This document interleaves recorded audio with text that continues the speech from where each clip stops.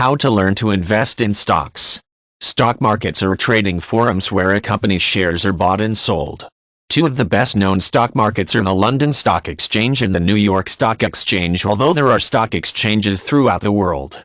Stock markets are also known as public equity markets.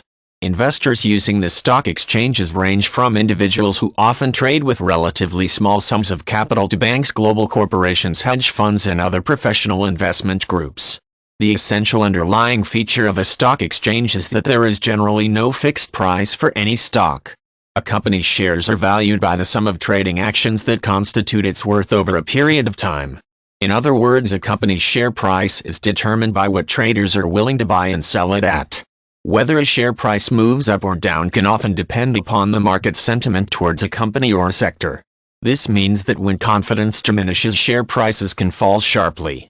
Conversely, of course, increasing confidence can translate into rising share prices. Note that with some derivatives products like spread betting and CFDs, you can speculate on shares prices to fall.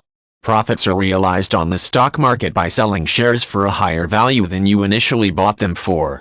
Since there is no guarantee that any share will rise, it is advisable to be as fully informed as possible about how the stock market works, how your chosen company has performed in the past, and what the general trading environment is like. Even share prices that have steadily risen over a period of time are not guaranteed to keep on doing so in the future. You should consider your financial position in case expected profits turn into losses. As always, only trade with capital that you can afford to lose.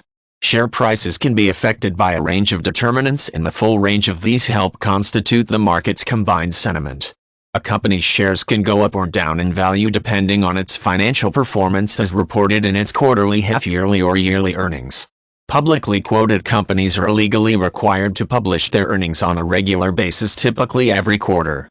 These earnings announcements can give an indication of how the company is performing against its strategy and can also help traders determine how profitable a company is.